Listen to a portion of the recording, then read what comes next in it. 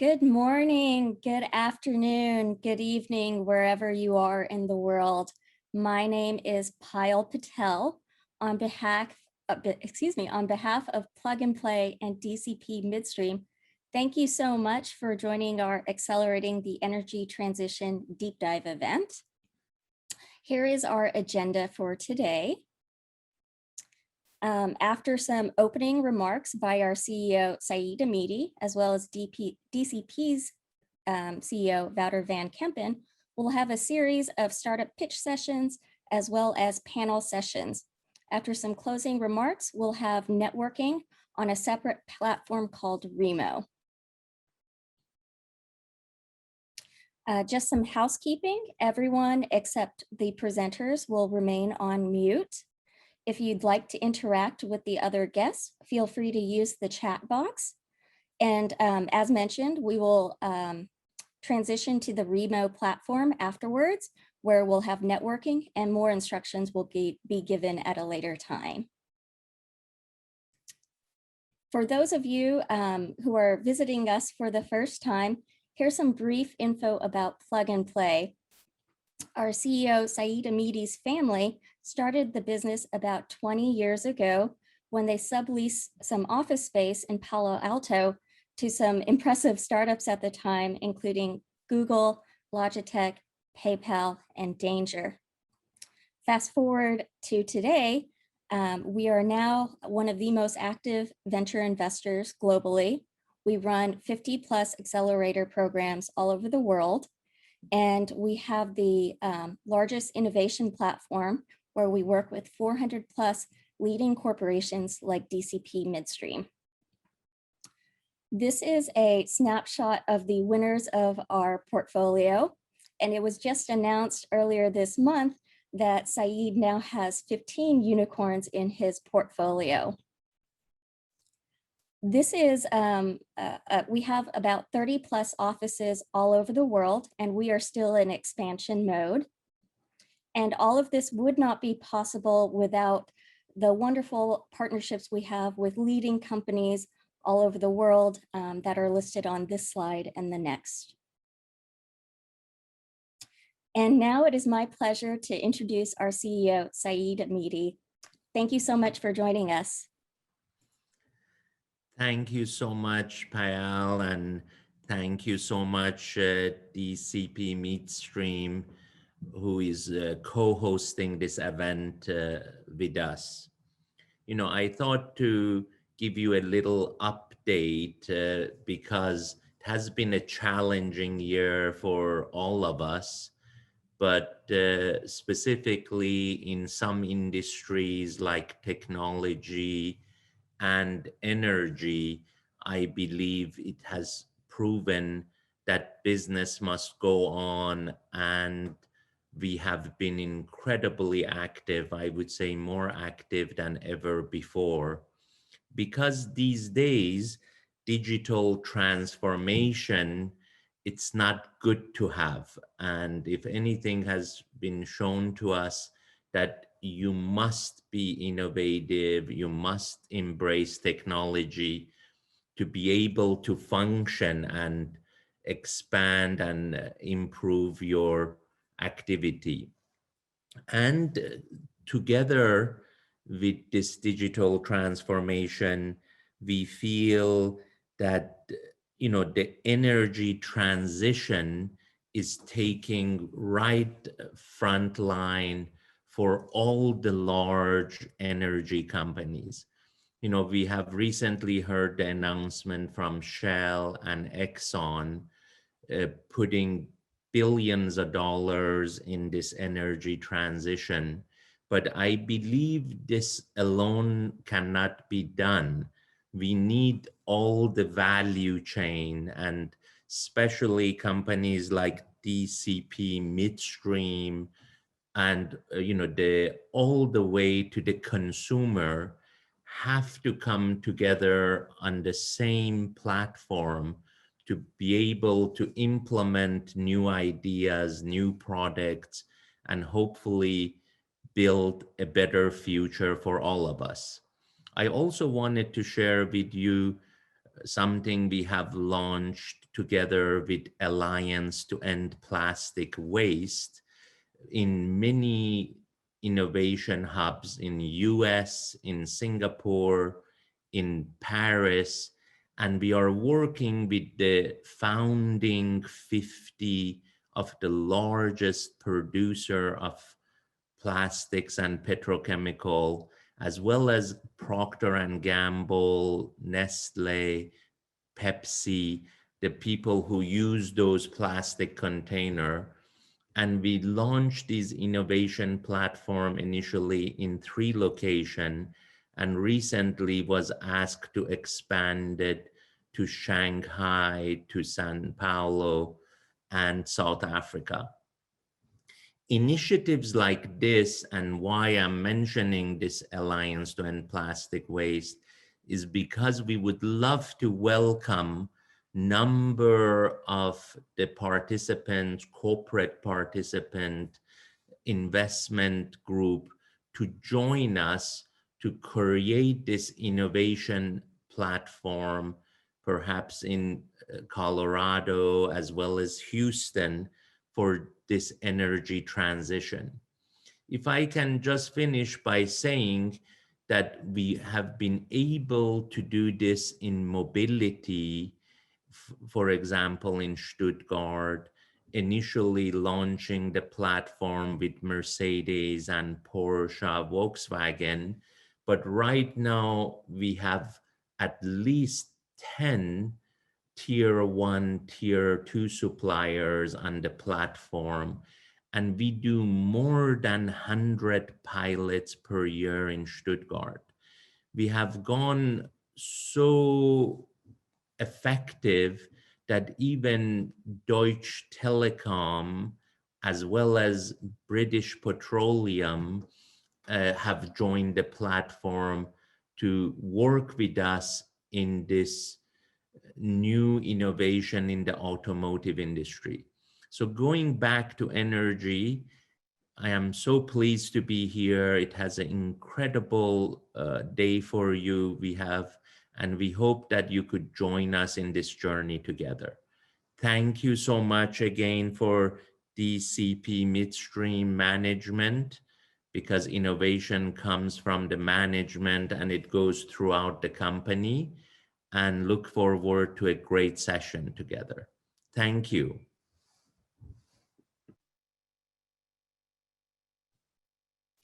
Thank you so much, Saeed. And now it is my pleasure to introduce our friend, Wouter van Kempen, the CEO of DCP Midstream.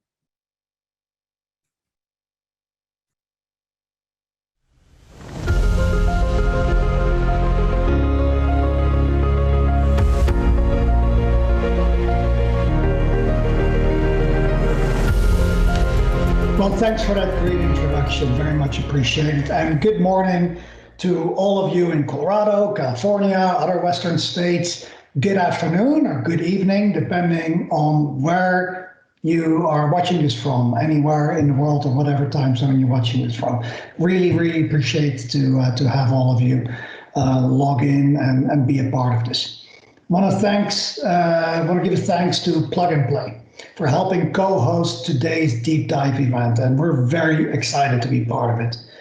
And at DCP, we began our collaboration with Plug and Play in 2018, and since then we've participated in a number of their webinars and conferences, and these are great events to explore and better understand how new and forward-looking technologies can help us address the challenges and opportunities that we are facing in the oil and natural gas industry.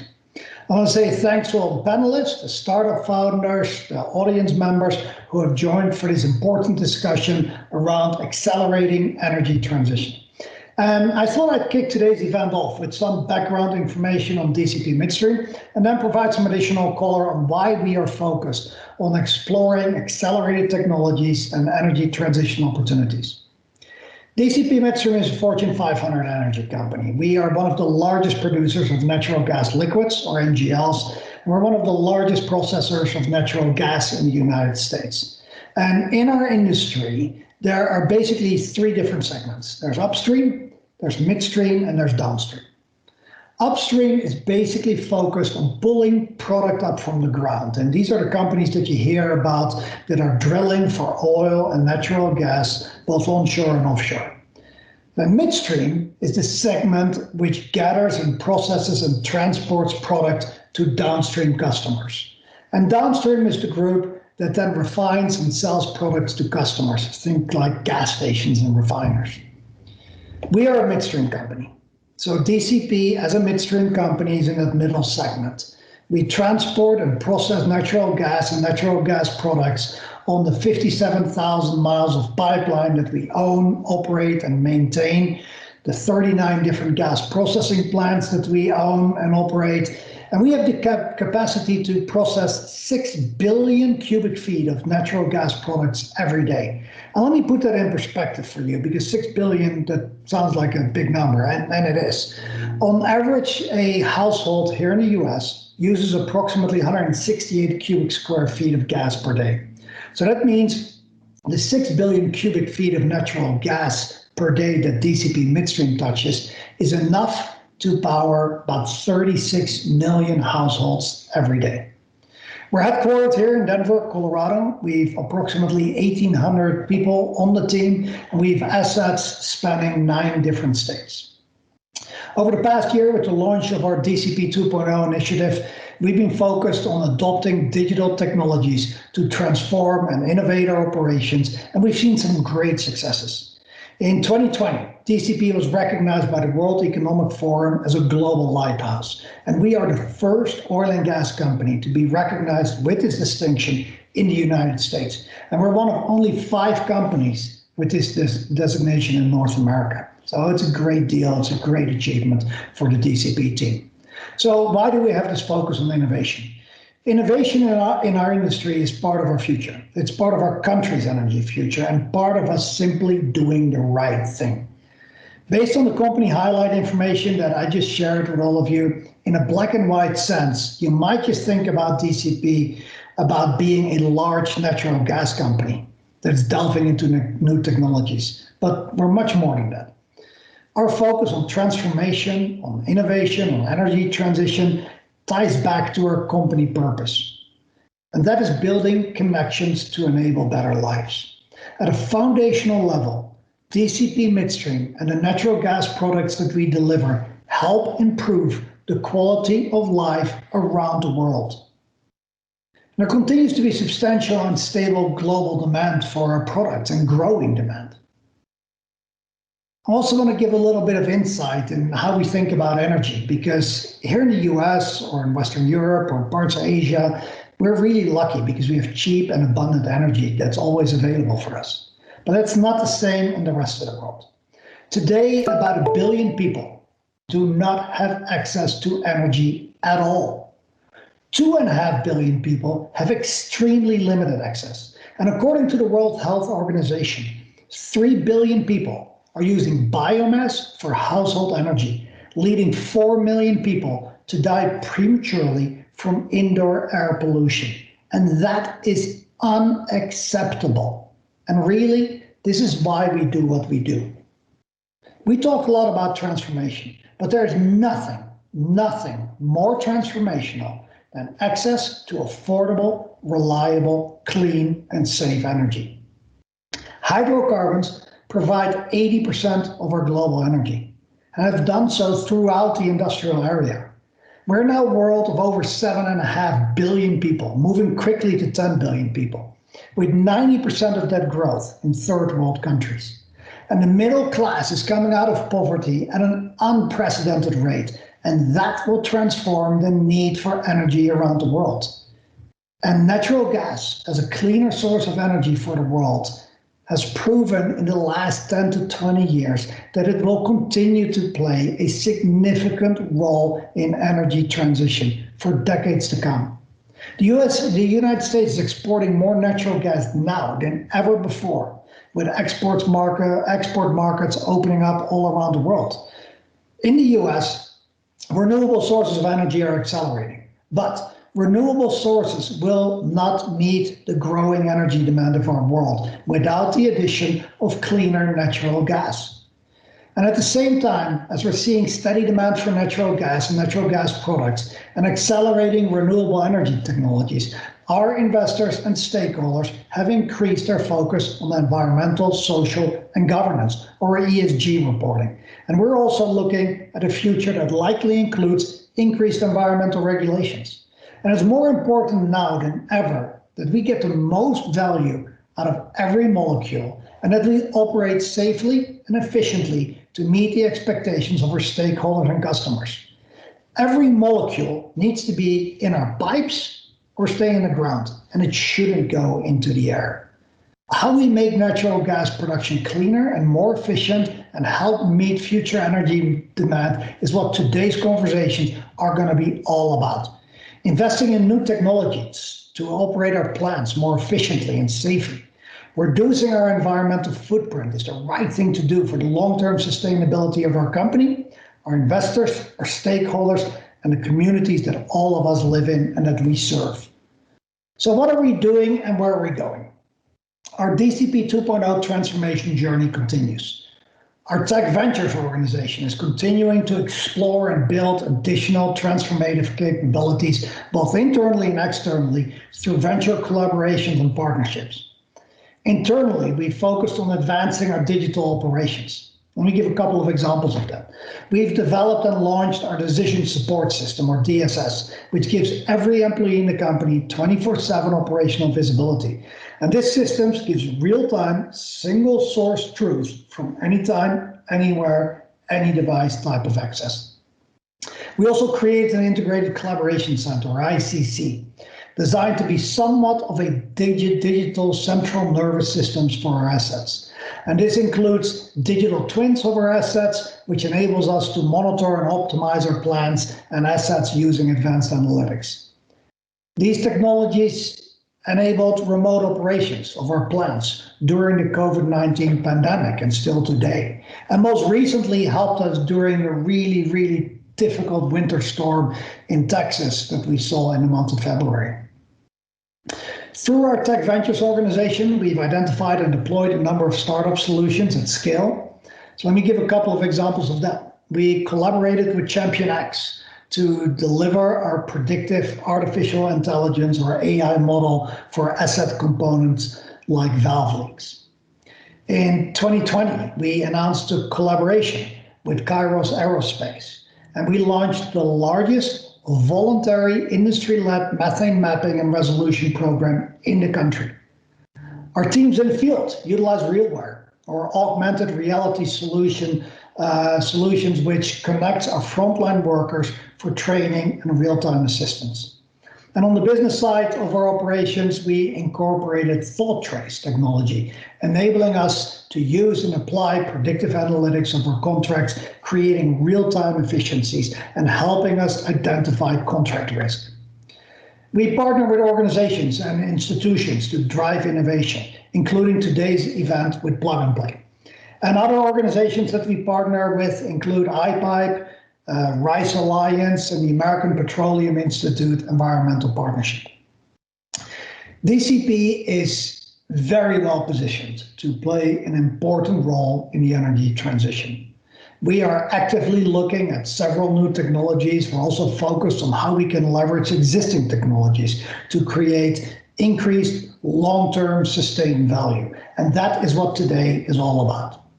The midstream market is about a $500 billion industry globally, and it's an industry that is primed and ready for innovation. So over the next few hours, we're going to spend some time talking about some of those opportunities that we see in our industry. And what we hope to hear from each of you is what solutions you see and what you can help bring to the table. So when you look at this slide, let's tee up a few questions to spark some good discussion during the pitches and the panels. In the carbon capture, utilization, and storage technologies arena, how can industry be a partner to help test, prove, and scale new technologies? When we look at renewable natural gas and responsibly sourced gas, how do we capture, process, and scale up biorenewable natural gas, and how do we certify that the gas we process is responsibly sourced? Looking into future fuel options, How do we build safe and efficient hydrogen transportation and storage infrastructure? And as we look at emissions, which is a very, very big focus for us as we lessen our environmental footprint, how do we work together to capture even the permissible amount of CO2 in the industry? How do we work together to reduce Scope 1, Scope 2, and Scope 3 emissions? We have one of the most significant challenges and opportunities the world has ever faced right at our feet. It's the dual challenge of providing necessary energy while also solving for climate change. This challenge and opportunity and how new technologies can help us is what we're all here to talk about today. Innovation happens when imagination and creativity meet ambition. And at DCP, we're ambitious and motivated, and we really hope that you are too. We're ready to be a sandbox, an industry partner for the next groundbreaking technology. So we break into the next sessions. I encourage us all to think big and to think different. Help us embrace the challenge with your ideas and your investments. No idea is too big or too small, and we're all part of the solution. So thanks again to everyone who has joined us today. I'm really, really looking forward to the discussion, to your shared ideas. And now back to the team to help get the startup pitches going. Thank you. Have a terrific day. Bye.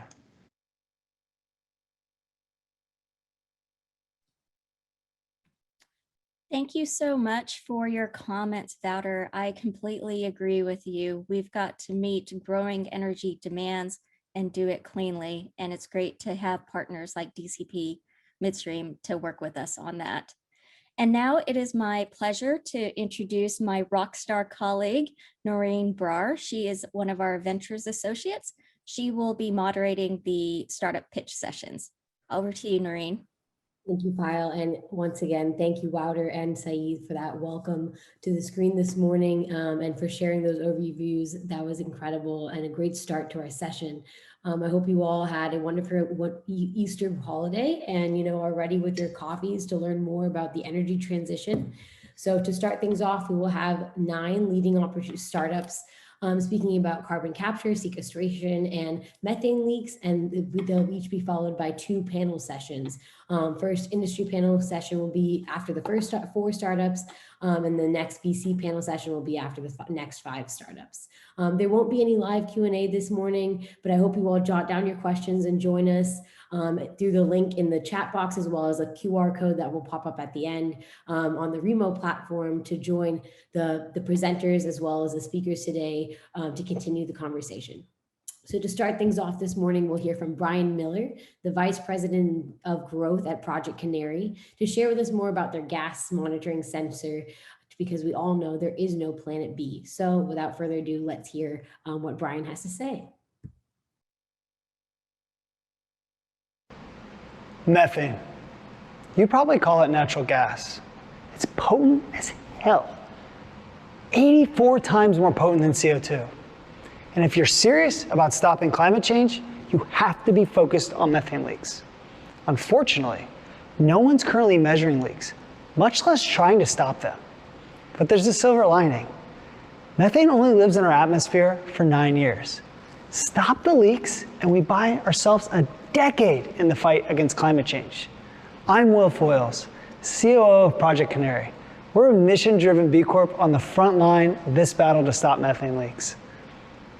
So why aren't we measuring and detecting leaks? To answer that, let's look at 2 companies, your local utility, Volt, and a methane producer, Gasco. Whether you know it or not, Gasco supplies at least part of your home's energy by providing Volt the methane needed to create your electricity. Volt will tell you methane emissions are not their problem because they don't produce it. Gasco might tell you their emissions are low, but if truth be told, they don't really know because they're probably monitoring themselves for leaks, using antiquated spreadsheets with inaccurate assumptions to do it. Methane leaks at Gasco are a problem for Volt, which makes them a problem for all businesses that want to track emissions and understand their carbon footprint. You've probably seen this headline before. Big tech company goes carbon neutral by 2030. The headlines? Certainly eye-popping. But without accurate data up and down their supply chain, big tech is committing to a movie with a great ending, but no script. Project Canary will write this script by being the measurement and analytics platform for carbon accounting, starting with methane. We combine data from our own proprietary IoT sensors, our customers' operational data, and third-party data providers. We quantify actual emissions in real time. By working with Project Canary, Gasco can monitor their operations and quantify their emissions. If there's a leak, they get an alert in minutes versus the months it can take to identify leaks the old-fashioned way. Gasco can now prove to Volt, the big tech company going carbon neutral, regulators, investors, they're not part of the problem. That gives Gasco a competitive advantage. They can even charge a premium for supplying responsibly sourced natural gas. At the very least, they'll be able to save on carbon tax that everyone agrees is coming. And in a future where every ton of methane is costing you nearly 100 times more than CO2, catching and stopping methane leaks equals big money saved. Hi, I'm Chris Romer, co-founder and CEO of Project Canary. The video you just saw was based on a Techstar program we just came out of with Alabama Power and the Southern Company. We just finished our Series A and we need your help. What Will just told you is true. We can buy ourselves the decade to radically decarbonize this economy if we stop the methane leaks within the supply chain. What we are is a data company that provides trusted, independent data on oil and gas assets and the energy sector to allow us to decarbonize. Right now, people are making big promises of net zero by 2030, net zero by 2040. Nobody is actually doing the hard work of the annual progress. Look, this ESG tsunami that's hitting the capital markets is a 100-foot wave. I can assure you that it's only 3 feet out of the water. So when you think about your own company or your own process, what we need to do is to figure out how to surf this wave and not let it destroy our economy. That's why we need to decarbonize, and we can do that. Look, I'm a Democrat for fracking. There are not many of us left. And the reason I'm for that is because I believe in resilient, low-carbon energy systems with an S. I am not a believer that the only thing we're going to do is electrification and wires. We're going to have both pipes and wires in an economy, and we're going to decarbonize both of them. I mean, Peter Drucker nailed it long ago. You cannot improve what you cannot measure. Our job is to provide the trusted, independent data that's going to let us measure this problem and solve it company by company, scope 1, scope 2, and scope 3. So let's stop the big promises. Let's actually get to the hard work of annual progress of creating resilient, low-carbon energy systems with trusted, independent data. That's what we do. We need your help. Join us, reach out to us. We're a B Corp, we're double bottom line, and we'd love your help. Thanks, I'm Chris Romer. Great, thank you so much, Brian and Chris, for that very lively video and for outlining the steps we need to take to start things to get us on the right track.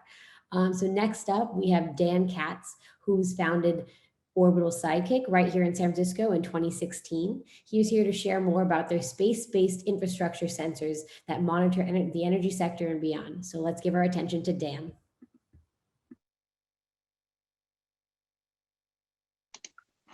Hi, my name is Dan Katz, and I'm the CEO and co-founder of Orbital Sidekick. We're deploying a constellation of hyperspectral satellites to provide global persistent monitoring services to the energy sector with special applicability to oil and methane leak prevention and detection. Our initial business case is focused on pipelines, where we recognize the need and market demand for improved environmental protection and community safety. Here in the US, pipeline monitoring compliance is commonly achieved once every few weeks by visual aerial patrol by a human pilot. This is costly and in most cases provides marginal insight at best. OSK offers a global persistent monitoring service alternative that sets us apart from every other imagery vendor. Our three-layered tech solution includes first the deployment of a constellation of proprietary hyperspectral satellites to provide daily targeted monitoring for our commercial customers. Our next satellite, Aurora, will launch in June on a SpaceX rocket, and our full constellation will be deployed in the next 12 months. Second, our proprietary data analytics engine, Spectral Intelligence, leverages the hundreds of color bands across the electromagnetic spectrum captured in each data cube to identify industry and customer-specific chemical signatures of interest, including hydrocarbon leak and spill fingerprinting, vegetative health and soil disturbances and encroachment detection, plus changes over time. Third, and most importantly, we provide our customers with access to this critical actionable information through our web-based user platform, Sigma. And starting this summer, we'll be providing immediate notification of select findings to our customers directly from our satellites. OSK's solution delivers dramatically better analysis and reduced uncertainty to our customers while improving safety and efficiency and reducing operational complexity and net cost. Over the past 2 years, we've deployed operations from aircraft and from the ISS. This data set collected by aircraft is a previously undetected, very small underground methane leak that we found in the Midwest. On the left, contamination is indicated by the orange disturbances. And 10 days following cleanup, on the right, we see how hyperspectral imagery does an excellent job showing soil disturbances where the track hose were operating, pushing dirt. This kind of information is incredibly valuable to pipeline operators. A second example from our prototype on the International Space Station is the Equinor fuel spill as the Bahamas was hit by Hurricane Dorian at the end of 2019. This imagery indicates both oil spread and saltwater incursion. More recently, we've begun analytical detection of methane using proprietary algorithms in our in-house neural network in preparation for our next imminent satellite capability deploying here in June. Our value proposition to the energy sector has certainly struck a chord, as we've secured initial contracts and partnerships with some of the largest pipeline operators in North America. And the unique value of our technology has attracted interest and investment from the US Department of Defense. Now, providing global persistent monitoring services to pipeline operators is our initial foothold within the energy sector. And of course, we recognize that ongoing safety, operational, and asset integrity monitoring is an organic expansion. And we also recognize, though, that hyperspectral has much to offer in sustainability, new energy exploration, and institutional and geopolitical security and safety. OSK is also firmly committed to helping curtail one of our greatest threats to sustainable life, man-made wildfires, which not only constitute about 20% of the global carbon footprint, but also destroy our greatest carbon sequestration resources in the forms of forests and trees. Our hyperspectral fire risk tool will be deployed globally in the second half of this year, just in time for fire season here in my home state of California, to help identify high fire risk areas for utility companies like PG&E and various government agencies. Thanks again for inviting us to present here today. Thank you so much for that great video and for sharing more about what you guys have been doing over there at Orbital Sidekick. So I hope you're all ready for our next startup today. We have Stephan Beaucamper, the CEO of Cuva Systems, an industry IoT solution that can continuously monitor and quantify the intensity of your emissions. Cuva Systems allows you to actually visualize your leaks. So let's see how they're doing that in real time. I'm Stephan Beaucamper with Cuva Systems. I would like to introduce you to continuous monitoring for methane emissions with low-cost IoT cameras. Beyond conventional optical gas inspections, 3 new classes of methane detection are emerging: satellite-based, plane-based, and continuous monitoring. Continuous monitoring can be done by point detectors or by cameras. Satellites have the advantage of global coverage. They can detect very large leaks. The typical frequency is about 100 days per year due to cloud coverage, and they take a snapshot of a second or so. The quantification capability for leak rates is relatively coarse. Planes have typically regional coverage. Their detection limit is 10 times smaller. A typical frequency is 1 to 4 days per year for a snapshot with intermediate improved quantification. Continuous monitoring is specific to a site. The leak detection is roughly 100 times better than for a satellite. It's 365 days per year and most accurate quantification. In this chart, we see the distribution of methane emissions from 140 sites. Satellites will on average detect only one very large emitter. Planes will detect a handful of sites, and continuous monitoring will pick up about 24 of sites, accounting for almost all emissions. That said, All three technologies are complementary. Planes and satellites are well suited for monitoring of pipeline networks, while continuous monitoring is best used at assets with high risk of large emissions, such as compressor stations, gas plants, measurement and regulator stations, and sites with tanks. The Cuva solution is a breakthrough technology platform that combines 5 key features. It creates color images of invisible gas, methane, and VOCs. It does so continuously for fast detection. It has the capability to automatically detect and alarm. It's cloud connected and scalable, built on modern web technologies, and is by far the price leader for infrared gas cameras. Cuva combines IoT edge cameras with a cloud solution for analytics and control. The Cuva cloud integrates with customer clouds for a fully automated workflow. Cuva delivers automatic alarms with a GIF. You can see here on this video an emissions event from an unmitigated tank. The color image shows a leak location. This eliminates the need for an expensive human to go to an unmonitored site for a secondary inspection. Moreover, Cuva provides continuous leak rate quantification for every image. This video shows an installation at an upstream oil site in the Permian Basin in Texas. The camera is the white box on the pole. It integrates the infrared camera, a visible camera, the edge computing unit, and a cell phone modem for direct connection into the cloud. The camera also includes a pan stage that rotates the camera around its own axis up to 360 degrees. All functions are controlled via a cloud interface. The camera can be deployed within 2 hours. There is no need for any on-site infrastructure except for 24-volt DC, for example, from solar. We've completed 8 months of field testing at a dozen sites in Canada.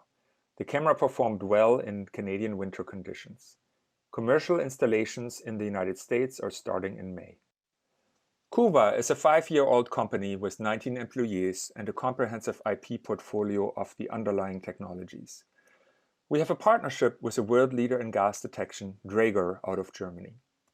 If you're interested in finding and fixing leaks fast, documenting your methane intensity, improving ESG and safety scorecards, and enabling operate by exception, then please contact me.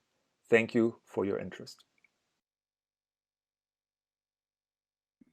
Thank you, Stephan, and thank you for walking us through that incredible 3D aerial view of an energy site and showing us how Cuva Systems works in real time. For the last startup for this first session of startups, we will have, before our industry panel, we will have Kairos Aerospace. Kairos Aerospace is leading the detection for the largest leaks that define the largest leaks that are making them that are making the biggest impact. So let's please put our virtual hands together to hear more from Kairos Aerospace. Hi, I'm Steve Diker with Kairos Aerospace. We perform basin-wide methane surveys for the oil and gas industry. We do this using imaging spectrometers mounted to the wings of light aircraft. These spectrometers can image methane plumes at oil and gas sites and send maintenance crews to the one site out of thousands that has significant emissions. In this case, a maintenance crew was able to visit one site and fix 3 leaks that together were contributing over 320,000 cubic feet of methane to the atmosphere. Now, this technology is very useful to find individual leaks and fix them, but where it gets really powerful is when we apply it across entire basins. We're flying 6 flights every day across oil basins in the United States and soon around the world. We're covering 60% of the oil production in the United States and 1/4 of the natural gas production. By collecting data on all of the assets within these regions, we're able to use this information to make powerful changes in individual companies. We can also rank them against each other. In this case, we're showing the methane emissions of all of the operators in a single basin. This shows their emissions in thousands of cubic feet per day per well to rank their performance against each other. We worked with one operator in this basin to find and fix large leaks starting in 2019. When we began, they were sort of middle of the pack. But after a 1.5 years of finding and fixing leaks, They reduced their emissions by a factor of 3 and became one of the better operators in the basin.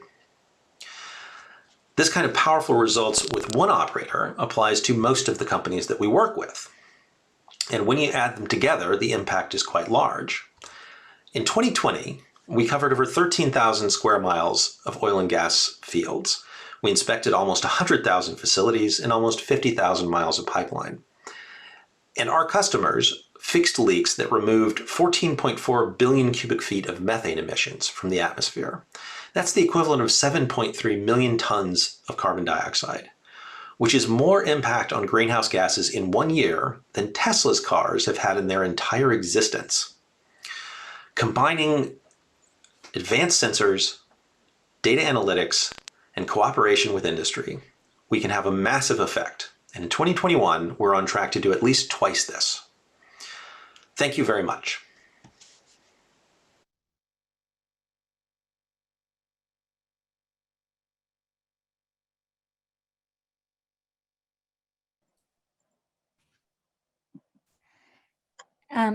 Those were a great set of startup pitches. Thank you, Noreen, so much for moderating that session. And now it is time for our industry panel.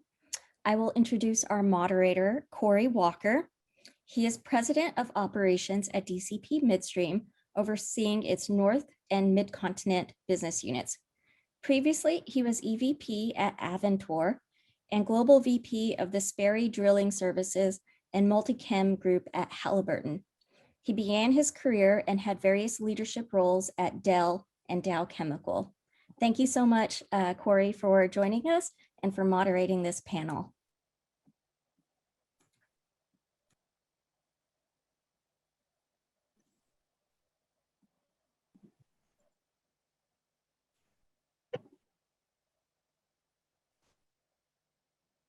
Okay, can everyone hear me? Yep. Hey, welcome everybody. I'm really excited to be here today to host this panel. We've got some great participants. Why don't I jump in and do some brief introductions and then we'll get to the Q&A. First, I'd like to introduce Julia Atwood. Julia is the head of advanced materials at Bloomberg New Energy Finance, where she leads the advanced materials team and writes about the emerging materials and manufacturing technologies helping to decarbonize the industry. So welcome, Julia. I'd like to then introduce Trinity Lloyd from Google. Google has been carbon neutral since 2007, and last year it was the first company of its size to eliminate its entire carbon legacy. Trinity is the energy transition and sustainability lead for Google Cloud, and with over 25 years in the industry, she focuses on leveraging the vast digital expertise of the Google portfolio of brands to help other organizations accelerate their sustainability and decarbonization achievements. So thank you for joining us, Trinity. Dan Pickering is with us today. Dan is the Chief Investment Officer of Pickering Energy Partners. He spent 26 years as an energy portfolio manager, first at Fidelity Investments, then head of research at Simmons & Company, and as founding partner of Tudor, Pickering & Holt. Welcome, Dan. And finally, we'd like to welcome Steve Wesley to our panel. Steve taught as a lecturer at Stanford's Graduate School of Business for 6 years. He helped take eBay public in 1998 as a senior vice president of marketing, sales, M&A, and international. He served as the elected controller and CFO for the state of California. To mention, it's the world's 5th largest economy. He founded the Wesley Group, one of the largest venture funds in the US, focused on smart energy, mobility, and buildings, and was an early investor in and served on the board of Tesla Motors. So I'd like to welcome everybody here and thought we should jump right into the questions. Julia, why don't I start with you? So my question for you, global energy demand will only increase as nations industrialize and people are lifted out of poverty. Beyond just building more generation capacity, what does the system need to prepare for this explosive growth? Yeah, it's a huge change to the energy system. And when we look at that change just based on the economics, we think that it will mean 56% of global energy generation from wind and solar. And so in order to support that, there's a vast amount that needs to be done to modernize the grid as well. So when we look at the costs of that, we think there's going to be about $15 trillion spent globally on new generation, and then another $14 trillion spent on the grid. So that's about modernizing it. It's about new pylons and new cables. And it's not just about making sure everybody has power, but that everyone has the flexibility to access it. And then if you think about not just the electricity system, but what we're seeing is so many people talking about decarbonizing industry, and electrification is always a part of that. So there's some extra demand there. And then even if it's not an electrification technology, it's hydrogen that people want to make from electricity. So the electricity system really needs to think not only about its own transition, but about everybody else's as well. Yeah, no, very helpful. Can you share a little bit of your thoughts around the kind of the role of industry and ventures in helping to move in that direction? Absolutely. There's certainly as much innovation that needs to happen as there is just scaling up of existing technologies. So we see so many materials looking at their net zero targets being set by companies and governments and saying, okay, what do I do with my existing assets? And there we think about retrofitting potentially for biofuels or hydrogen, or adding CCS so that you can extend the life of those assets. And then the more advanced further out technologies are generally around what kind of electrification could we see in something like steel? How could you use CO2 as a feedstock for a fuel? Those are a little further away, but they're such important ventures for so many startups, people like Opus 12, people like Synhelion, Dimensional Energy, LanzaTech, some people that have been around for a while, some pretty new entrants. Yeah, no, that's great. I think you probably have been to some of our team meetings. It sounds like this is a top topic for us at DCP. Thank you. Dan, why don't I kick a question over to you, something that's near and dear to us at DCP. What is the role that you see natural gas playing in energy transition here in the US and around the world? Sure, Corey, thanks. You know, when I think about natural gas, inherently it's a hydrocarbon. So you're not going to get away from that. So it's not the ultimate answer for a zero carbon world, but it's clearly better than many of the alternatives that are out there. So it's been called the transition fuel. I agree with that. I think the greenest of the green don't like anything hydrocarbon associated with the future, but it's going to have to be. I think one key element to the energy transition, we're going to measure it in decades, right? Paris Accord says 2050, right? That's almost 30 years from now. All of this change takes a long, long time. And so, you know, I think that as you think through natural gas, you know, LNG is going to remain a very important global source for power. You know, when we think about natural gas and the energy transition, so many people think about electric vehicles. I think transportation probably passes by natural gas. We had that chance to have CNG vehicles here in the States and elsewhere, and I think we jumped directly toward EVs. So I think about natural gas as critical, as power focused and global via this LNG business. Yeah, no, very helpful as well. Something that's, you know, a hot topic for us as we think about the role DCP plays, you know, in this. And, you know, one of the things I enjoyed most about the first pitches we saw from the startups is they really were focused on helping us be more responsible as an industry. How can we continue to contribute to lower carbon footprint while still contributing to, as you said, Dan, bridging towards where we need to be? Sure. Great context. Thank you. Sure. Steve, I'd like to kick a question to you, if you're okay with that. You bet. It's a little bit of a lead in here. So according to the EIA, renewable energy accounted for 11% of total US energy consumption and about 70% of generation in 2019. So how do you see that? How quickly can that grow domestically? How quickly can that grow internationally?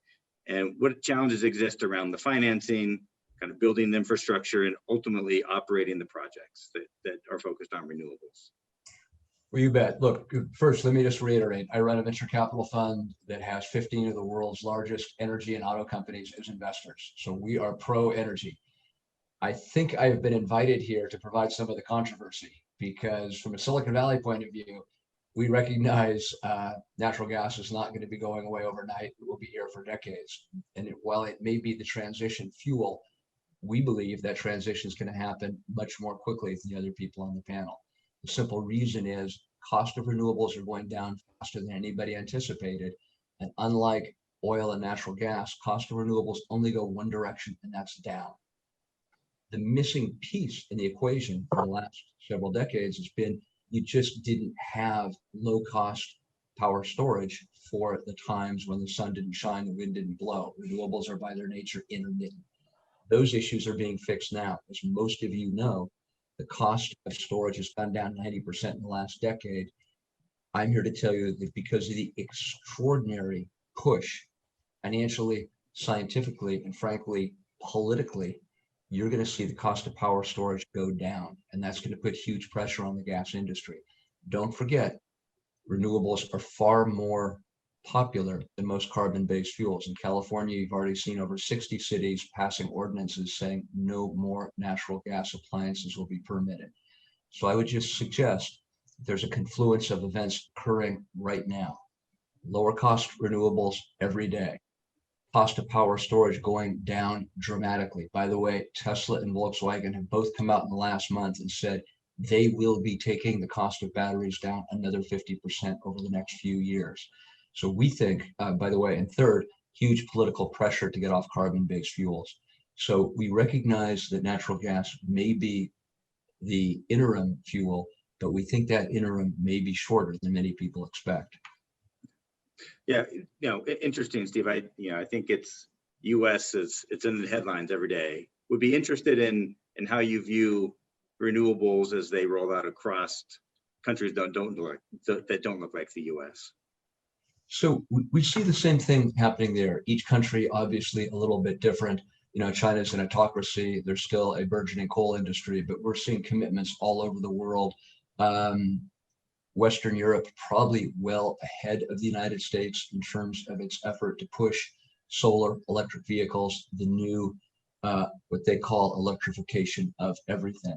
But there are even places like Australia that has historically been a natural resource, minerals-oriented country, now having the largest fires in their history, and even people conservative on carbon-based fuels are beginning to move over. So I think there's going to be a global push toward sustainable energy. And one of the things we've only touched on a little bit, but I think the move of electric vehicles, and make no mistake, every auto company in the world is going virtually all electric. Don't take my word for it. Just look at Tesla's market cap now. Quickly, GM, Volkswagen, and the others are running to follow suit.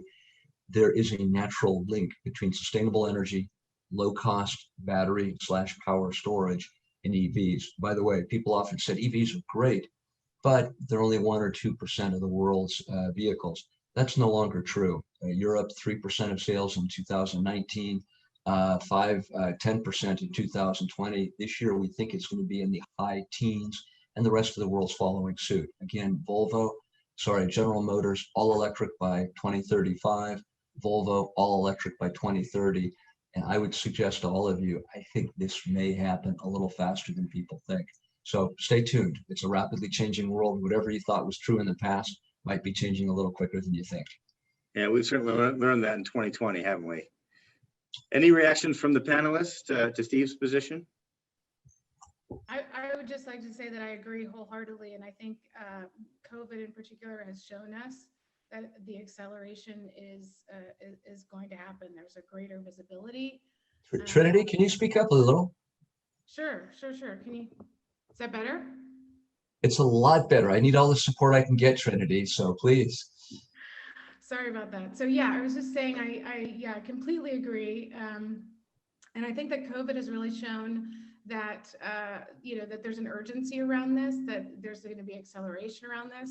What we might think of slowing things down during a pandemic because of more financial constraints for a lot of organizations has really just been a sort of greater visibility into why governance is needed, why sustainability is needed, and how much we can accelerate and innovate if we work together.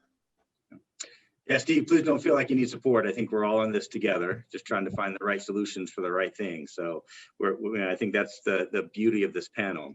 Trinity, why don't I follow up with you, with a question. As you represent Google, how do you look at energy transition, and what can you share about Google's efforts to help energy transition across all the industries that you touch? Sure. So at Google, like most things, we consider energy and decarbonization a data problem. So the ability to ingest large and disparate data sets, incorporate proprietary data sets, work with other organizations that have proprietary data sets, and the ability to sort of innovate and embrace digital transformation. This is how we've been able to accomplish a lot of the things that we have. So going carbon neutral in 2007, eliminating our carbon legacy, and really now focusing on 24/7 carbon-free energy. And so we've been sort of pioneering this space from a non-energy company perspective.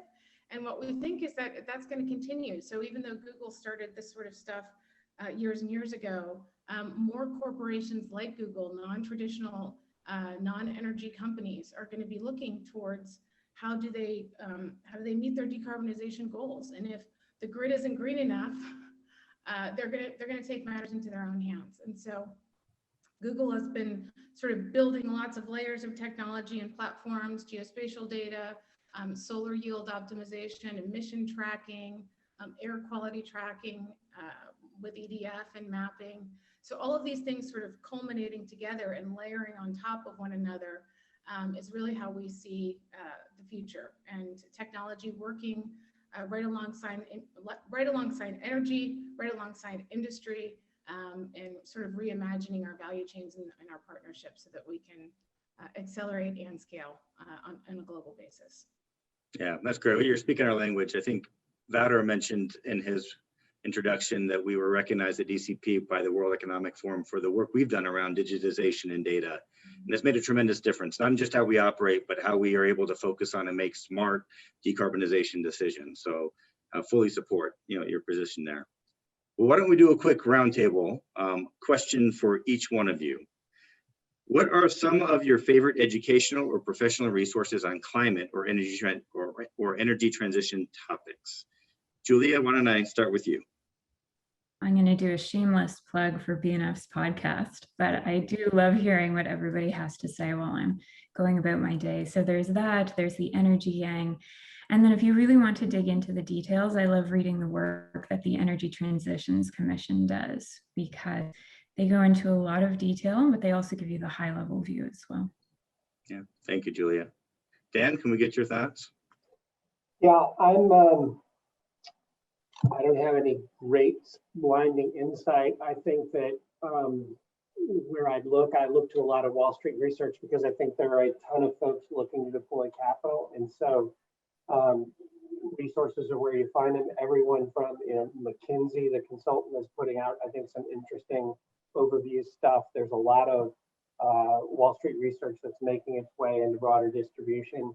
I just encourage people to read a lot, because to form your own view, you're going to have to read a bunch of different views. And so I just encourage people to keep in mind, everybody else is going to have better specific ideas than I do. But my key point would be listen and read a lot before you form your opinions, because this is rapidly changing. Thanks, Dan. Good advice. Steve, your thoughts?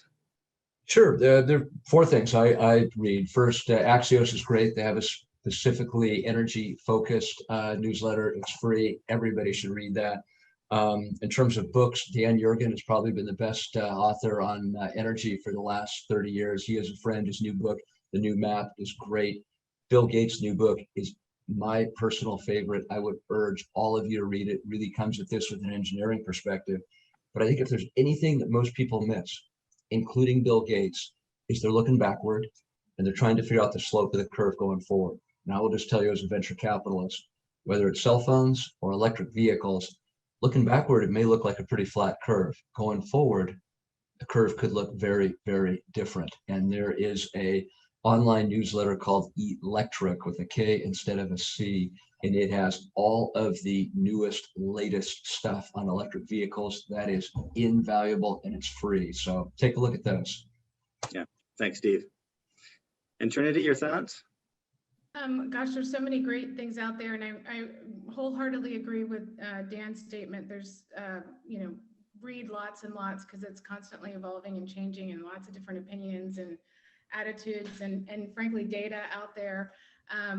So I also, I like to look internally at Google. We have a lot of groups that have chats and opinions talking about technology and innovation, both internally and various partnerships. And when you look across the sort of broad Google brands, there's a lot of different perspectives. So I love our own internal chats and discussion groups, but I also really like Ellen MacArthur publications, because I think all of the energy transition, I think all sustainability goals, all really need to embrace sort of circular economy principles, reimagined value chains, open forums. So I love all of the Ellen MacArthur stuff, and a great book called Sustainable Energy by Jeff Tester.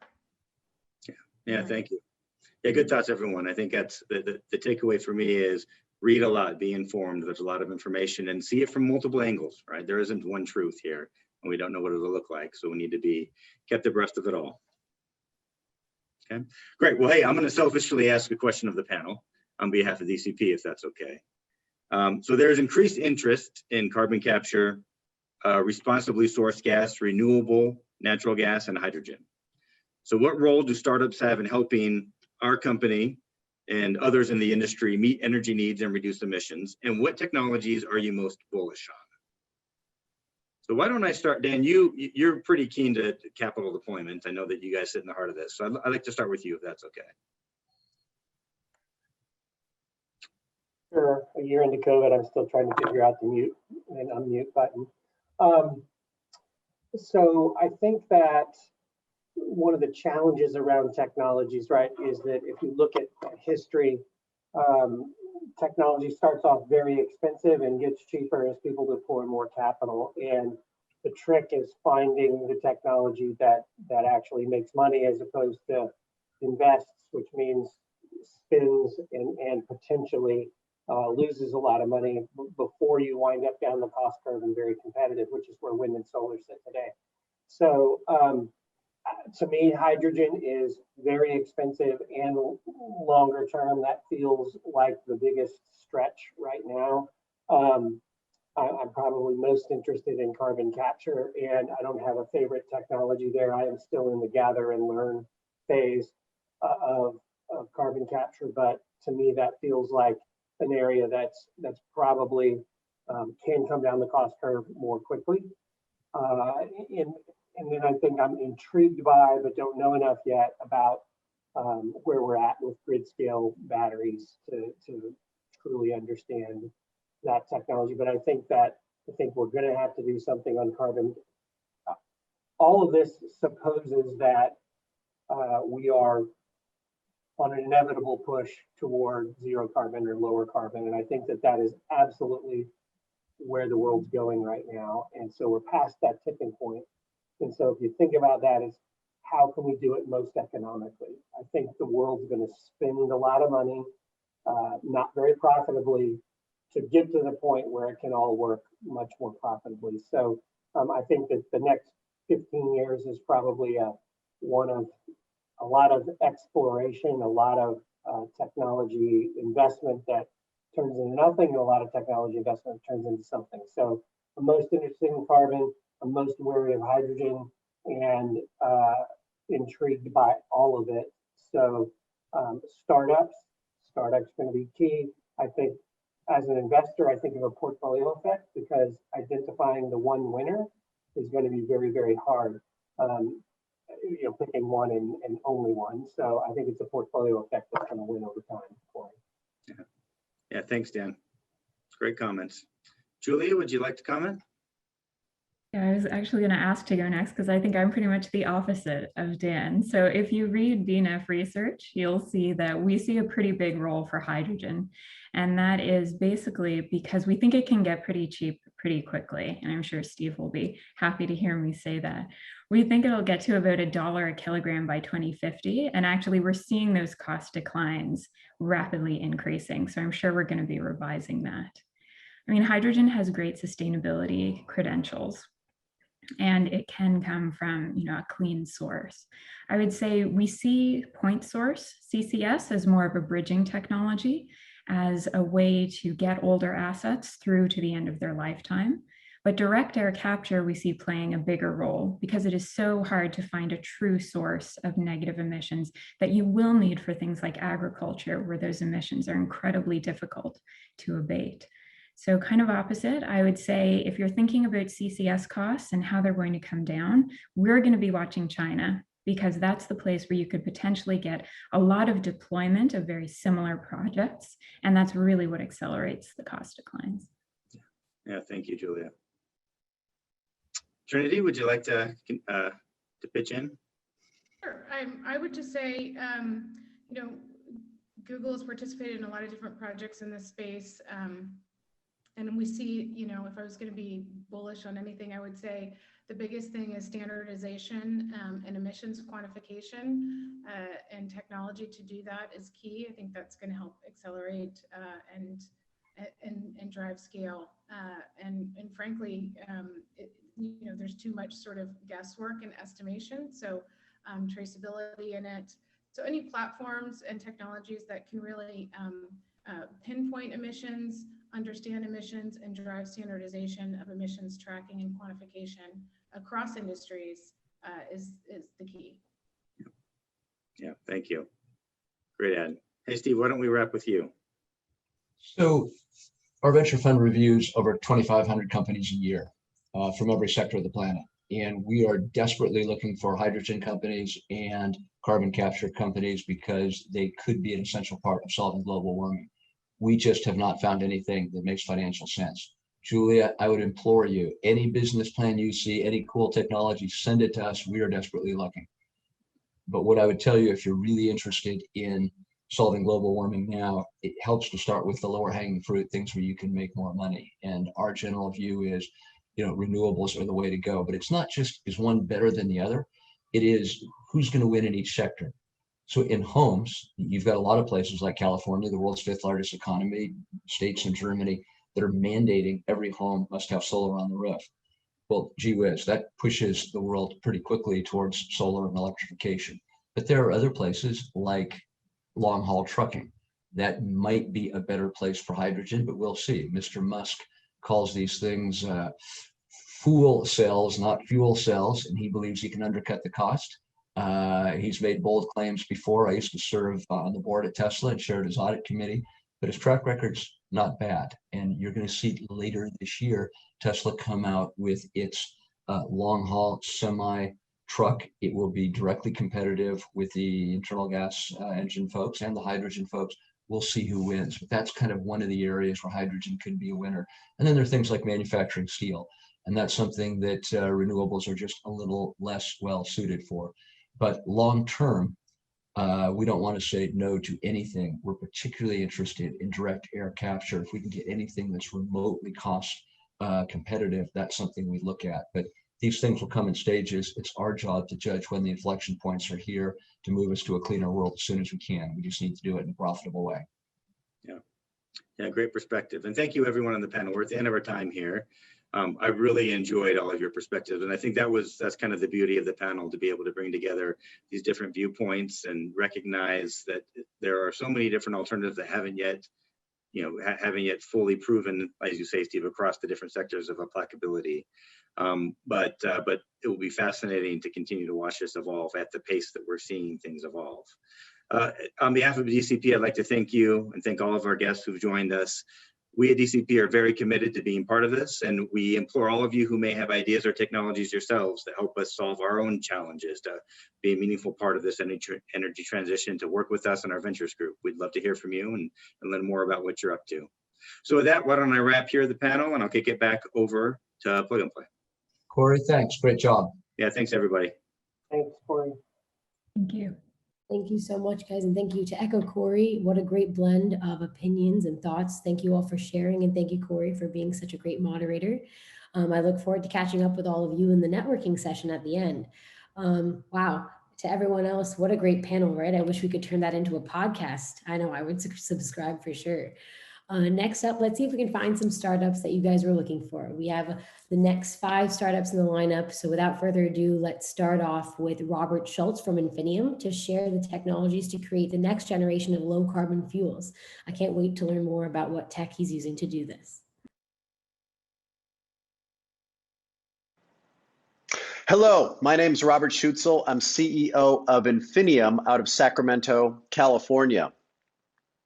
Transportation produces a lot of CO2 globally every year. While conversion to battery electric and hydrogen-powered vehicles is occurring, the world will be reliant on liquid fuels for transportation for many years and decades to come. Infinium addresses this problem with our Infinium Electro Fuels solution that converts renewable power and CO2 that would otherwise be emitted to the atmosphere into net zero carbon liquid fuels. These liquid fuels, when used in today's infrastructure, help our customers to decarbonize their transportation with jet fuel, marine fuel, and diesel fuel for long-haul transport. These fuels are drop-in net zero carbon fuels, meaning they're direct replacements for today's petroleum-derived fuels that can be used in today's infrastructure. We're proud to announce several weeks ago a new round of investment for Infinium and 5 great investors: Amazon, AP Ventures, Mitsubishi Heavy Industries, Newman Esser Investments, and Grantham's Neglected Climate Opportunities Fund. These investors are working with us on commercial project development and deployment as we scale our electrofuels solution. Infinium's technology solution extends the hydrogen value chain. We cite our projects where low-cost renewable power exists and may have a hard time getting to market. We pair this low-cost renewable power with traditional electrolysis and produce green hydrogen. That green hydrogen is paired with anthropogenic CO2 that would otherwise be emitted to the atmosphere. And these 2 feedstocks then enter the Infinium proprietary technology. First, we take that CO2 and hydrogen and produce syngas using our CO2 catalyst and our Infinium reactor. Syngas is hydrogen and carbon monoxide, a very well-known and common intermediary that produces a lot of different products. We then move on to a second stage using our gray cat catalyst and liquid fuel production system that has been used in commercial gas to liquid systems, and that produces our Infinium electrofuels. Infinium's electrofuel systems are sized to match global power to liquids opportunities, ranging from 200 barrels a day up to 5,000 barrels a day.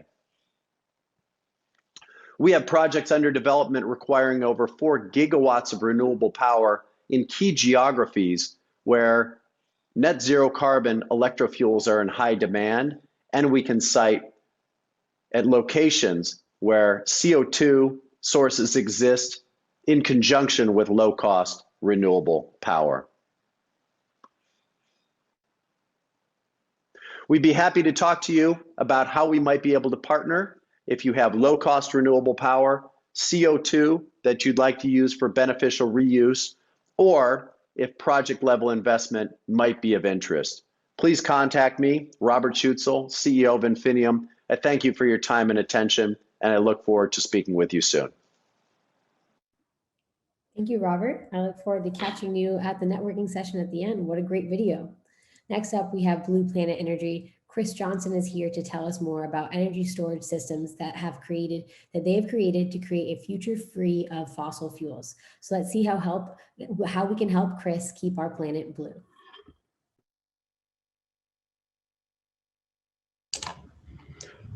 Thank you to Plug and Play for having me as part of this event.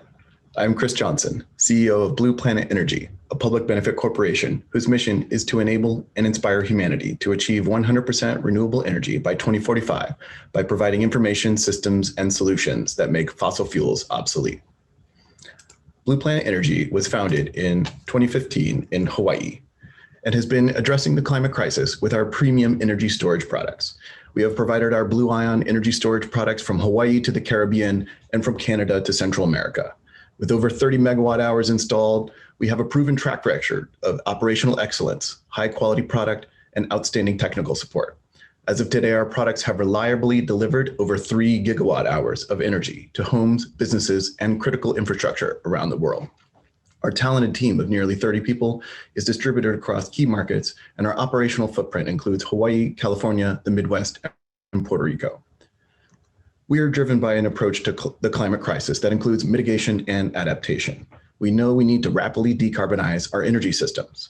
Our energy storage products make variable renewable energy sources dependable. Additionally, climate change is causing disruption to our energy supply. Our decaying and fragile electric grid is unreliable in this new reality, and our battery-based microgrids deliver true energy security that make the grid optional. Our team has deep experience in the space and is successfully scaling startups and product companies. What gives our products an edge in the space is how we comprehensively address the problem. Energy storage is too hard. Safety is a key concern, and many of you have heard about battery fires that stem from the use of cobalt and nickel in batteries common in electric vehicles. Integrating batteries into energy systems in a way that gives reliability is challenging in both design and integration. And getting the right operations and maintenance are key to ensure safety, reliability, and for maximum return over decades of use. Our Blue Ion product line share a common architecture to address these challenges. We have a proprietary enclosure made in the USA and designed for easy install and long life. Our software for systems level and component monitoring control. We include premium battery modules with an industry-leading 15-year or 8,000 cycle performance warranty. Those modules include battery cells made up with safe, non-toxic materials, and our systems are scalable in sizing and ease of integration of energy resources. Our Blue Ion line of products can serve small residential through large commercial and industrial customers with integrated software to monitor and control the systems. We also offer turnkey microgrid financing for commercial installations of solar and Blue Ion. While there are several competitors in the space, Blue Ion products are unmatched in warranty, safety, and flexibility. The strategic partners we serve and seek partnerships with include real estate and building fleets, where we can improve reliability of power while decreasing operating costs. Critical infrastructure, where business continuity is vital and a clean energy solution that is useful throughout the year is preferred to standby generators. Remote operations, typically dependent on diesel generators, where we can reduce or completely replace diesel usage with a clean energy microgrid. An example strategic partner is the American Red Cross, who we partner with in rebuilding Puerto Rico in the aftermath of Hurricane Maria. This created the US's largest energy resilience project by deploying 125 microgrids to emergency shelters across the island. With nearly 6 megawatts of solar and 11 megawatt hours of Blue Ion energy storage, we now serve residents in all municipalities of Puerto Rico. I hope that you will join us to live the future today. We welcome inquiries from values-aligned partners that seek to support or be a part of this mission. Mahalo for your time today. Thank you, Chris, for sharing more about how Blue Planet Systems has helped serve the planet. That's incredible, and it'll be a tough act to follow. Next up, we have Francesco joining us from Milan to tell us about Energy Dome. Energy Dome is using carbon dioxide to solve climate change through long-duration energy storage. So let's give our undivided attention to Francesco and hear more about Energy Dome. Hello, everybody. I am Francesco Appici, and today I'm here to talk to you about Energy Dome. We are a startup. We were founded in June 2019 by Claudio Spadaccini with a mission, which is participate into the climate change issue by contributing with a new breakthrough technology and a focus on utility scale long duration energy storage in order to enable a more dispatchable wind and solar PV energy production. We are a team of experienced engineers with background in power production. We were able to build more than 500 megawatts of geothermal, waste heat recovery, and biogas power plant. Manufacturing, we built in previous experiences 2 manufacturing facilities of our radial outflow turbine and built more than 50 turbines and IP protection with more than 40 patents families filed and granted. We, as Energy Dome, have invented the CO2 battery, which is a way of storing energy by manipulating CO2 within its gases and liquid phase. This is a totally new, innovative process, which is covered by IP. We filed our first IP in early 2019. The reason why we use CO2 is because we can get the best out of compressed air energy storage and liquid air energy storage technologies by overcoming their limitations. Compressed air energy storage uses compressed air to store energy, but they need to face the fact that they have a very low energy densities on the higher cost, high pressure side of their system. Liquid air energy storage tries to overcome this by liquefying the air to minus 190 degrees C. But they lose a lot of efficiency in doing this. We, by using CO2, we can reach very high round trip efficiency, but by storing CO2 in the liquid phase under ambient pressure, which allow us to reduce dramatically our costs. The CO2 battery is not only a very efficient system, but it's also a very simple system. We actually have designed this product in order to be built just with readily available off-the-shelf equipment. All of the components that we use in our product are TRL, Technology Readiness Level 9, and available by multiple primary suppliers on the market. To summarize, the main advantages of our system are a very competitive LCOS, levelized cost of storage, between the storage duration of 3 to 16 plus hours in a daily storage application. A system which is completely made of off-the-shelf equipment already available on the market. A project lifetime of easily above 25 years with no capacity degradation over time. A round-trip efficiency extremely competitive of above 75% with no degradation over time. A system made of standardized equipment bricks that can be customized to the end customer needs, and a system that can be deployed anywhere without any site dependency. Thank you for your attention. I will be happy to reply any of your questions. Thank you, Francesco. Thank you for sharing more about the future of energy and your carbon dioxide battery. Next up, we have Matthew Dawson from Utility Global, working to revolutionize the world's hydrogen landscape with zero carbon and low cost energy. I'm eager to hear more about Matthew and his team's progress since their founding Utility Global in 2019. So let's hear what they've done since the past 3 years.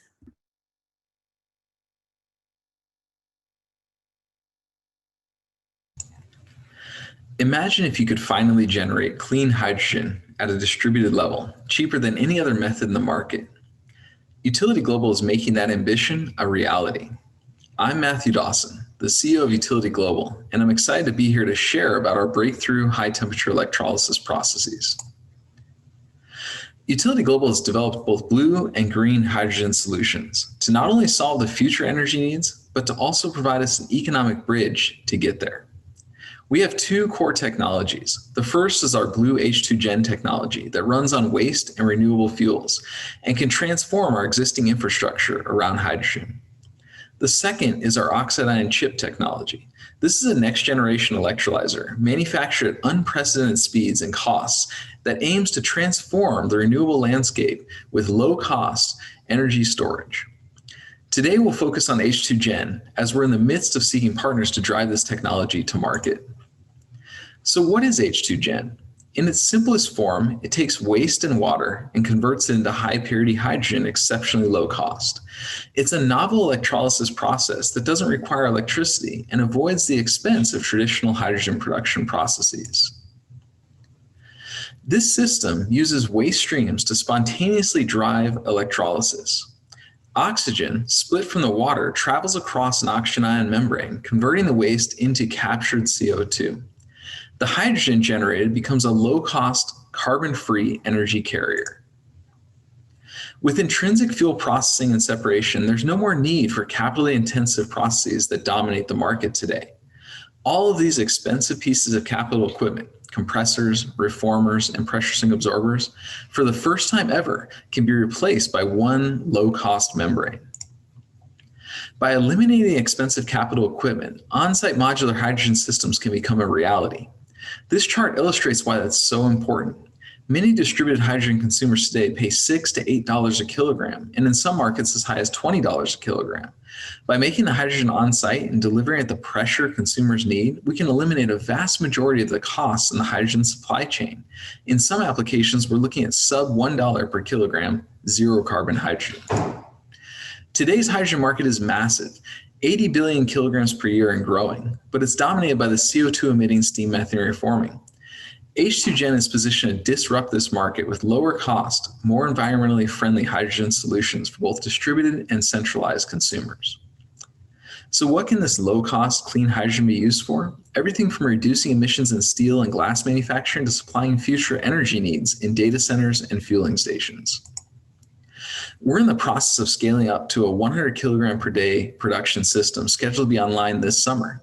This system will include intrinsic CO2 capture and be capable of running on a variety of fuels such as renewable natural gas, steel waste, or bio-waste.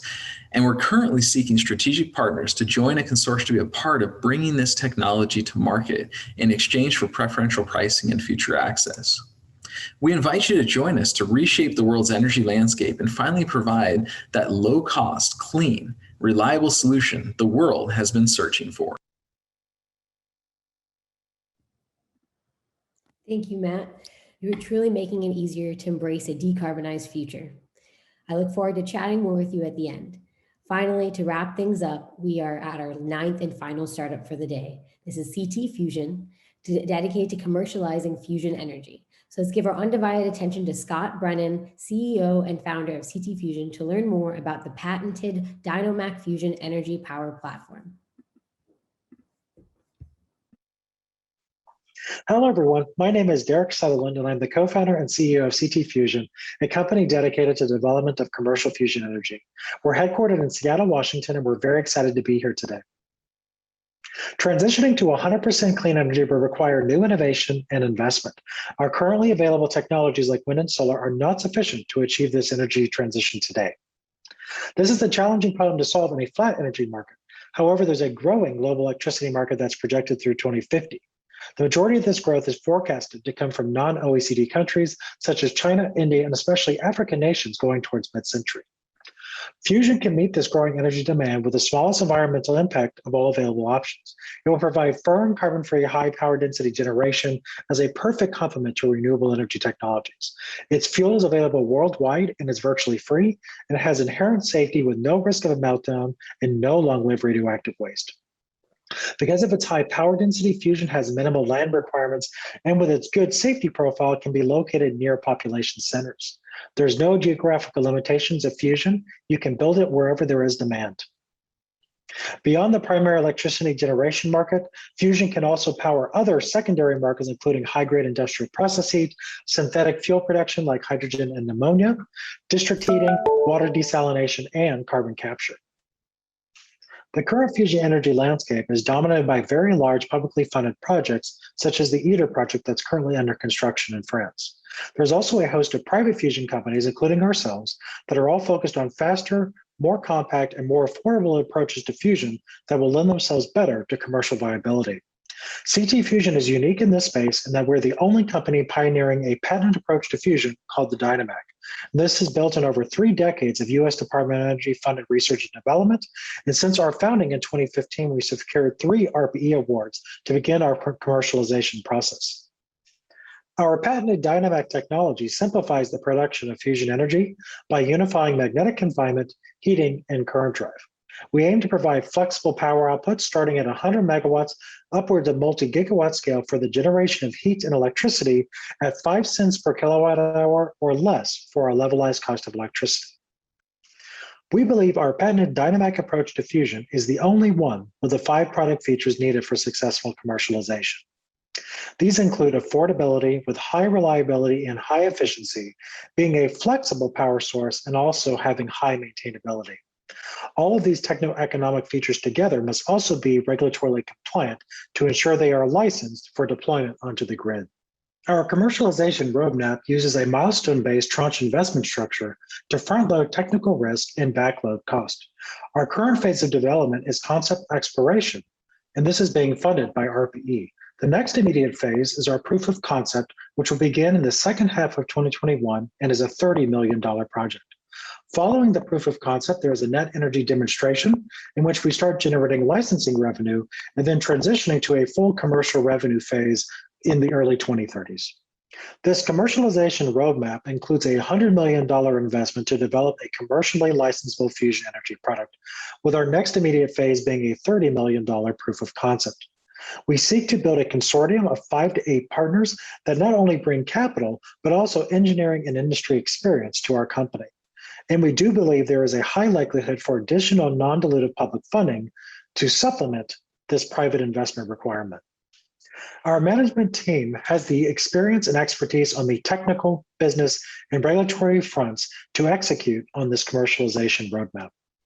We greatly appreciate your attention today, and please feel free to reach out to us for more information. Thank you. All right, that's a wrap. Thank you all. Thank you, Scott, and thank you to all the founders, panelists, and all of you in the audience for joining us today. It's not over yet. We still have one more panelist session, and then obviously, please continue to join us at the end of the networking session to carry on some great conversations and just have more fun. So please be sure to catch me. My name is Noreen. Again, I'm an associate on the energy team.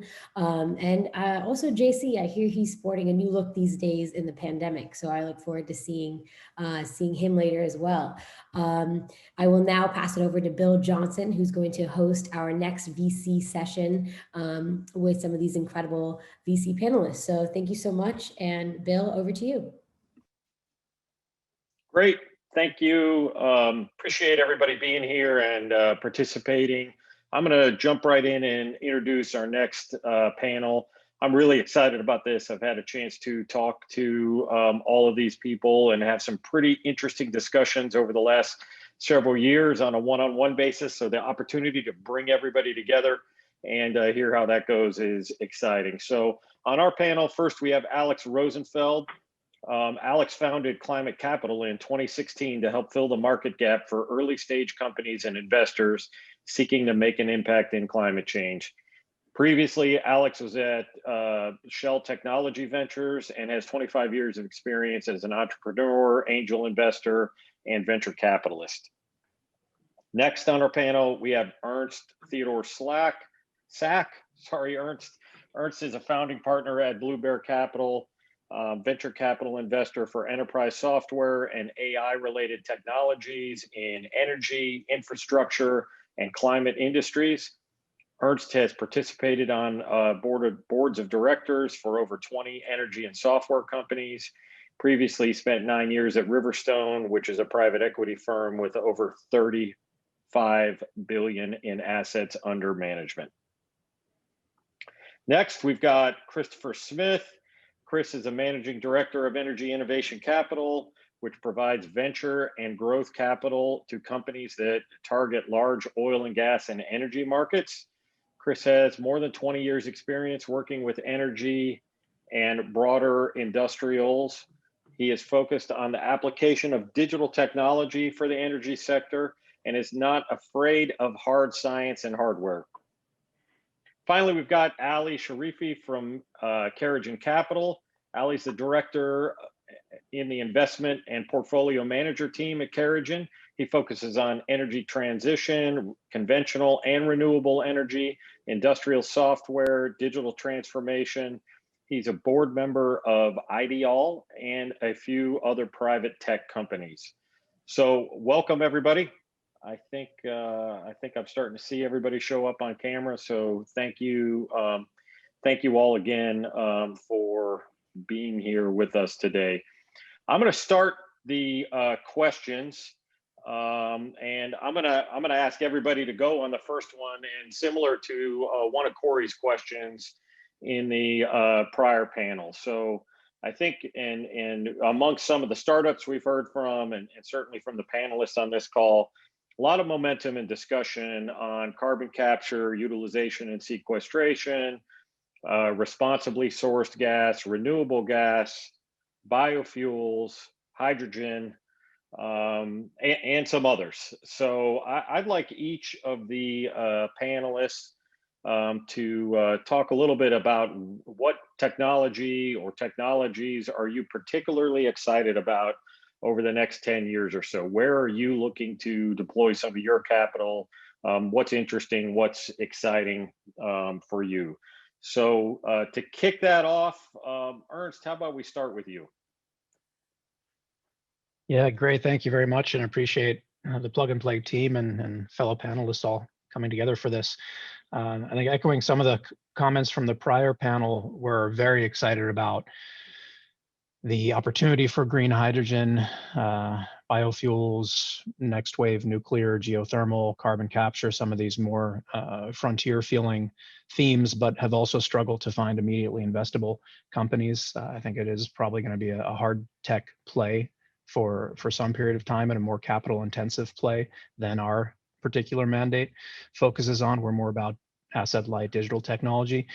That said, we're really looking for opportunities where software engineering and data science can unlock real world bottlenecks. For example, we recently invested in a company called Enmass that is all about digital logistics for feedstock for waste to value and biofuels. So some smarter, more bold investors are building the plants and building the physical infrastructure, but making sure they can access supply the way you would access your car and Uber.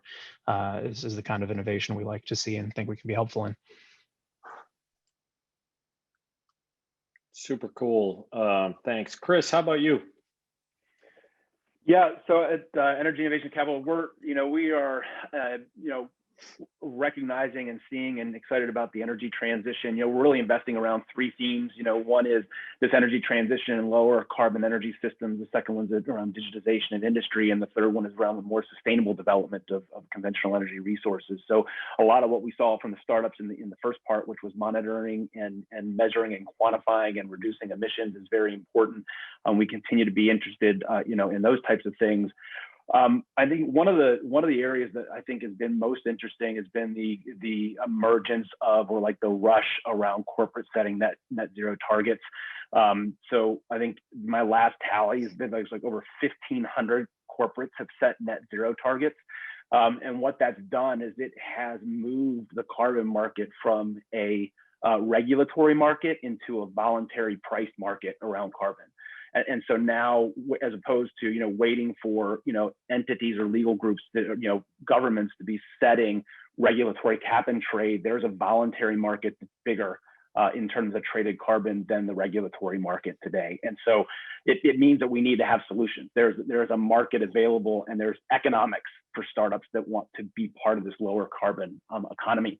And it's really playing out in two different areas. One is in the short term in the nature-based solutions, and what's happening with carbon markets, nature-based solutions, forestry products, verification of forestry products, using digital technology to be able to trade in those.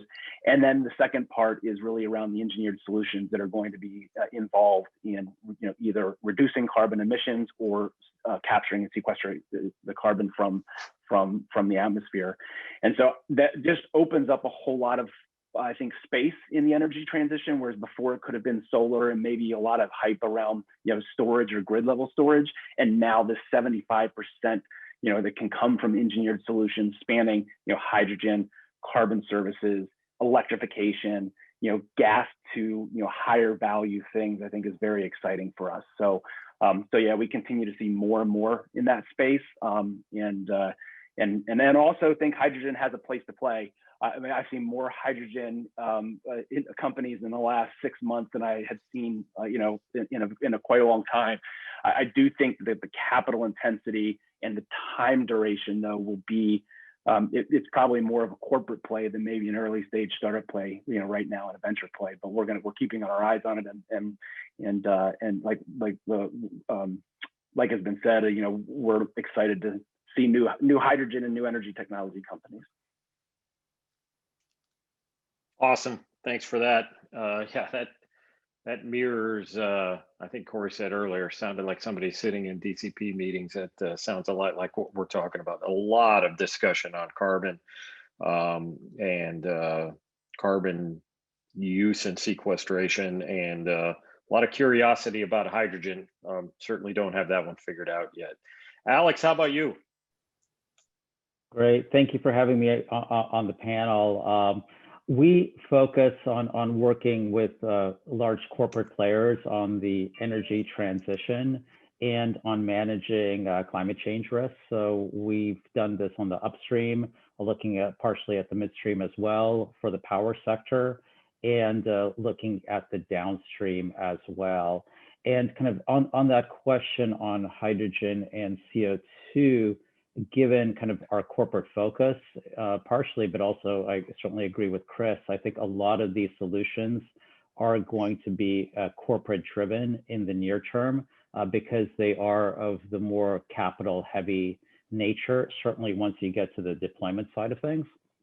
And from my kind of a background in large project development that marries to my venture capital background, we kind of see the opportunity in implementing these technologies in regional clusters. So as an example, in the US Gulf Coast, Abu Dhabi, South Korea, Japan, Australia, where there's a lot of CO2 in one places, there's hydrogen infrastructure, and then finding opportunities, as was mentioned earlier, about capturing some of that low-hanging fruit for existing infrastructure as those companies try to transition into kind of a renewable green hydrogen.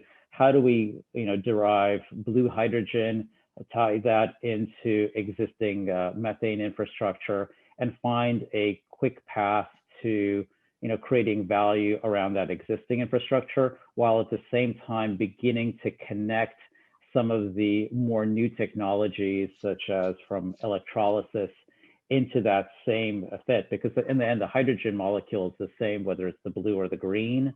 And if we can find ways to begin integrating those in a smart way early on, I think that will unlock a lot of opportunities for those companies, especially given a lot of these regional plays are certainly on major shipping pathways. And a lot of the market for these will be outside the area where you capture the CO2 or where you generate the hydrogen. So I think those shipping opportunities are very exciting from a global market perspective. Super interesting. Ali, how about you? Well, thanks again for having us and organizing this event. We invest in we still invest in upstream oil and gas, but we are focused more on the carbon light investment strategy. We also invest in renewables, mainly I would say in offshore wind. We're quite bullish on that.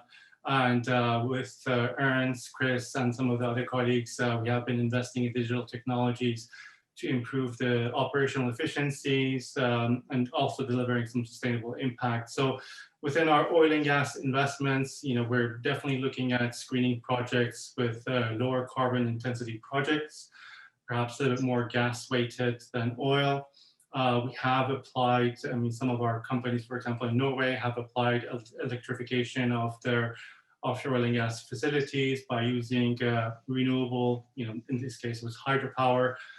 In Norway, we're looking at technologies in reducing carbon emissions and monitoring it. So I guess there's a lot of some of the venture companies that are here, and around methane, especially around methane management, it's something that we've been focusing on. And regarding carbon capture and hydrogen, similar to I guess some of the other views, that we're looking at existing infrastructure to see what is the ways to mitigate the decommissioning costs in terms of NPV that could be very valuable.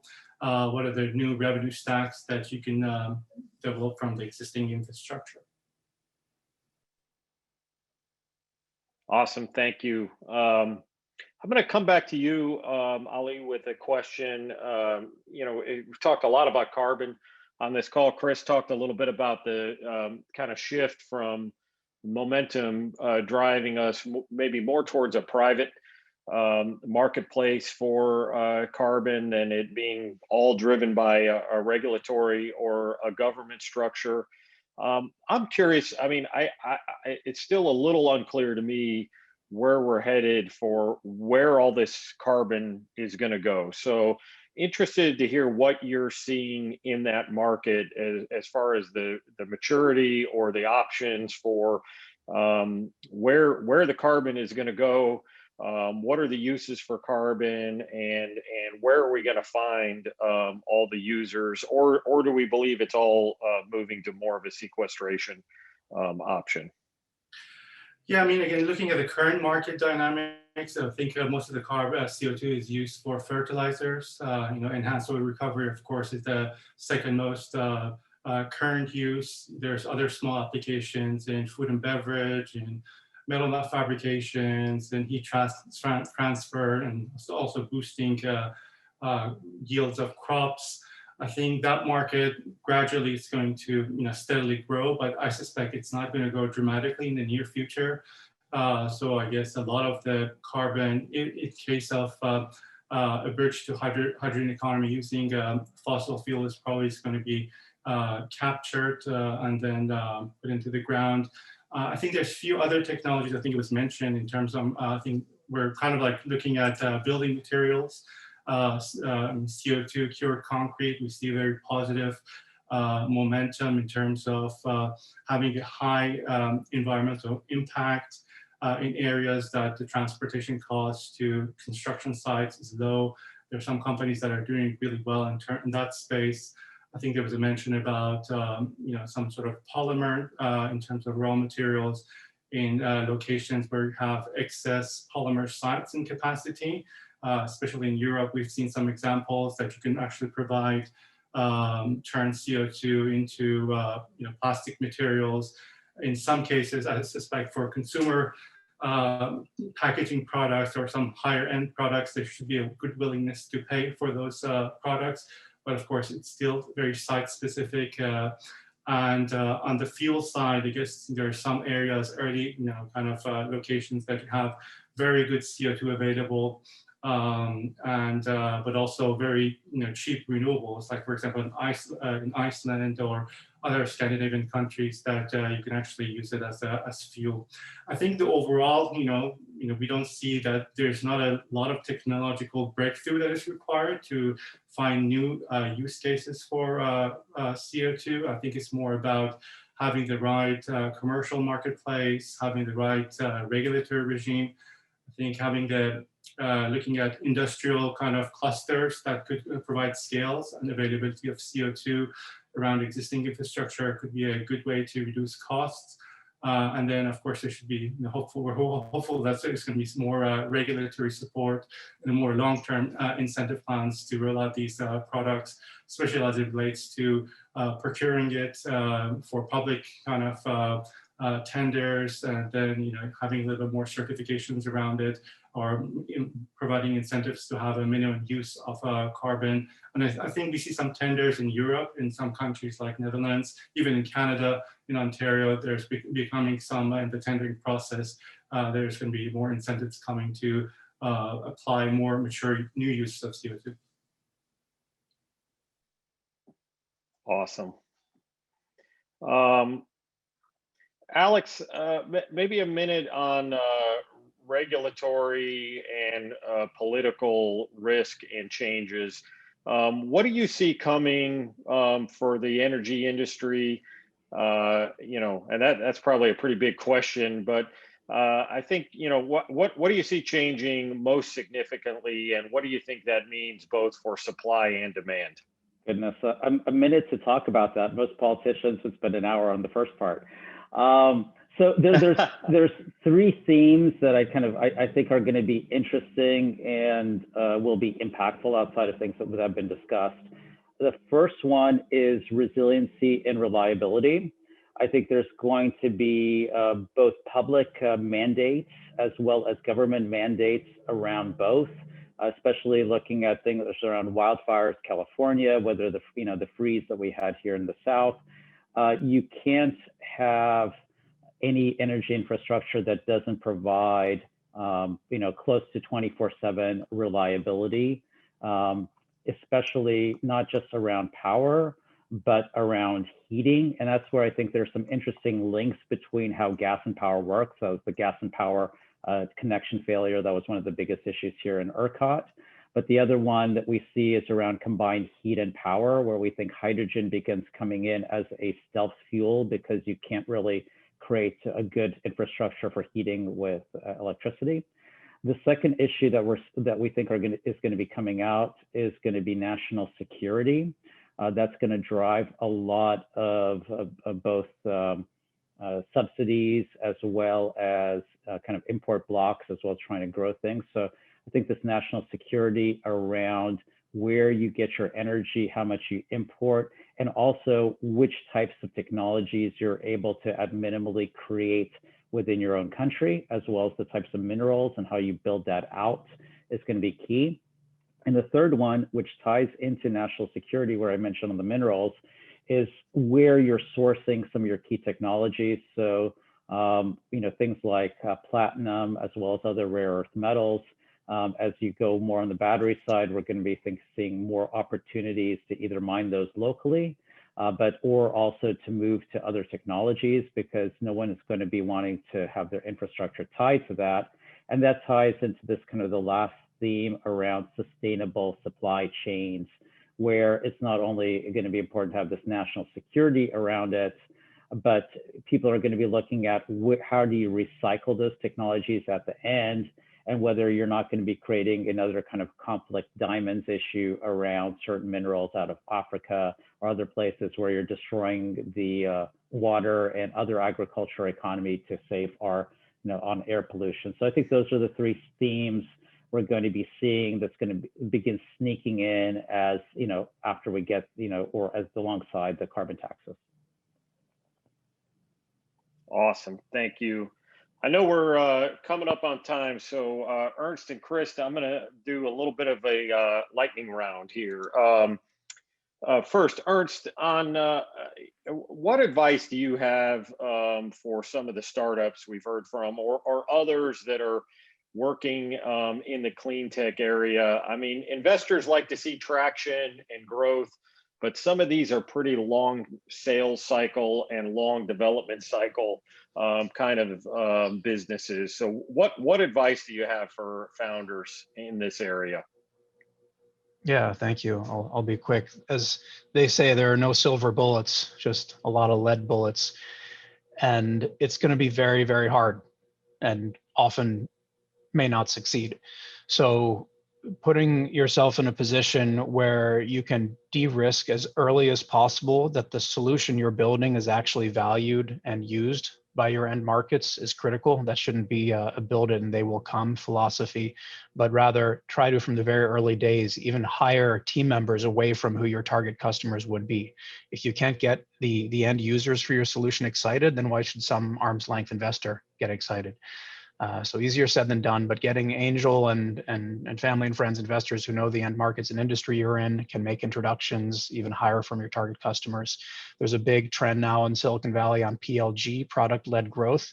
Just get the product in the hands of users at all costs. I think that cuts against the philosophy from a few years ago of avoiding death by 1,000 pilots. So finding the balance. In some cases, it's worth just getting users to use your stuff for free, build excitement.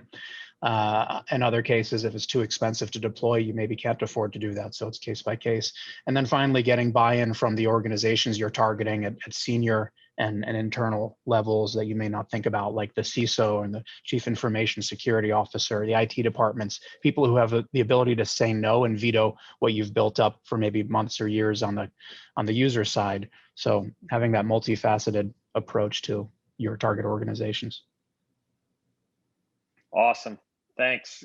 Chris, maybe from the investor side, what advice do you have for people that are looking to be more aggressive or start making more sustainability oriented investments?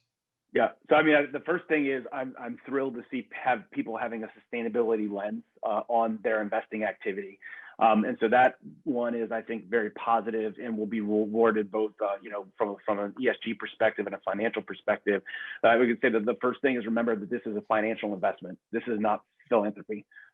So, where I'm a huge, triple bottom line, double bottom line advocate, and I think we can find ways to make a lot of money and, and make very big impact. So like kind of dual metricing, like what's the financial impact? And then what's the ESG impact, and looking that holistically when you think about investments is quite important. I would say that the next thing then is, and it ties to it, is making sure you understand the market dynamics, and there really is true market value drivers for the solutions and the products and services and technologies that you're providing. So, we can look at battery related technologies. There's an optimization plus an ESG component. We can look at some of the sensing companies like Kairos or Orbital Sidekick that we saw earlier, and there's a value case that is paired with an ESG case. And I think also, lastly, the thing to be is really aware of and understand the technical risk, the time risk, and the capital intensity of the investments that you're trying to make. They always take longer. They always take more money. And technology risk does play out over time. And so it's okay to take technology risk, just understand what it is, and it may be more significant than you might know. And there might be other funds that are more well suited to handle that technology risk. But yeah, get in the game and have a financial and ESG mindset. Would be my suggestion. Awesome. Well, I'd like to thank you all so much. I wish we had another 20 minutes to talk, because I'm sure I'd learn even more. The last question I was going to ask, which I'm not going to get to, is the same question Corey asked at the end about what are people's favorite educational and professional resources on this. One thing I would suggest to the team, to everybody listening here, is several of these panelists are humble and did not suggest themselves as those resources, but looking up some of the panelists on this call on Twitter and LinkedIn, you can learn a lot about these topics. Some of them are relatively active in that area. So certainly that's great. I really appreciate everybody participating. Thanks to Plug and Play. And I'm going to turn it back over to Pael. Thanks, everybody. Thank you, Bill. What an awesome panel. And I agree with you, Bill. We wish we had more time. So just to wrap up from DCP Midstream, we have Jerry Barnhill here to give some closing remarks. He's Group Vice President and Chief EHS Officer. Over to you, Jerry. Yeah, thank you. And good morning, everyone. It's a pleasure to be here with you. I wanted to start today by thanking everyone for joining us. Thanks to the startups who presented, thanks to the panelists who invested their valuable time with us today, and to the Plug and Play team for co-hosting this event with us. I've been involved in the oil and gas industry for over 30 years now. And as you've all heard today, our industry is changing rapidly. It's innovating and it's transforming. I believe that the emerging technologies will play a critical role in our world's energy transition. And these types of technology solutions and industry partnerships, they will be a part of the world's energy future moving forward. At DCP, we look forward to playing in that sandbox, being a partner and a customer to these new and emerging technologies, which will enable us to accelerate our own transformation journey. Every day, we continue to look for ways to improve, to innovate, to look forward and embrace the challenges and opportunities that we see. Here at DCP, we have a cross-functional team testing, piloting, and scaling up new technologies focused both on energy transition and digital transformation. Some examples of this include the Kairos methane mapping and mitigation that we heard about earlier today, smart glasses, AI and ML to predict equipment failures, just to name a few. As Wouter shared in the keynote, we continue to innovate, transform as a company and industry, and are excited about what we can accomplish next. I would ask all of you, if you're excited about some of the ideas that you've heard today or want to learn more about the partnerships and collaboration opportunities with our Tech Ventures group, please don't hesitate to reach out to our Tech Ventures team. In closing, thanks again, everyone, for joining us today. Most certainly appreciate all the great participation. And I'm going to go ahead now and turn it back over to the Plug and Play team to share some of the networking session details. Thank you again, and all of you guys have a great day. Thank you so much, Jerry. So great to have you join us here today. So now we are about to start our networking. Zoom is great for having interesting discussions, but it is not great for networking. So we are going to use the Remo platform. One of our great operations associates, Arsh, has automatically registered you for Remo. So we're going to put up a QR code so that you can enter Remo from the next slide, but you can also just check your email and get the automatic link to join the Remo session. We recommend you using the Chrome browser and make sure it is updated. So in case you haven't ever gone to Remo, once you join, you'll see a screen that looks like this layout. You will be magically placed somewhere into this screen. We can't control where you land, but I recommend you first look at the bottom of your screen and turn your mic and camera on. It'll be, chattering at you. And then look at the tables that are on this screen. Each startup will have its own table, as well as the DCP team will have some couches and tables on the side so that you can go network with them. If you have any issues, you can come to the help desk and we'll be happy to help you out. And you can communicate with each other through the chat box at the bottom as well. And then lastly, here's the QR code to get into Remo. Again, you can use this QR code or you can just check your email for that registration link. And then finally, on behalf of Plug and Play and DCP Tech Ventures, we are so glad that you were able to join us. In the next minute or so, you will see a quick one-question survey. Feel free to let us know what you thought of this experience. We're always looking to improve, so please give us your feedback. And then, the three people shown on this slide next to me, they have been working with us tirelessly. So on behalf of Plug and Play, we wanted to thank Anna, Sharon, and JC. And I'm sure they would love to hear from you. As Wouter and other executives said, they are wanting to collaborate with entrepreneurs, other investors, and participate with the industry. So feel free to reach out to them using the email address. I'm sure they would love all your emails. Again, thank you so much for joining, and we'll see you in the networking session. Thank you.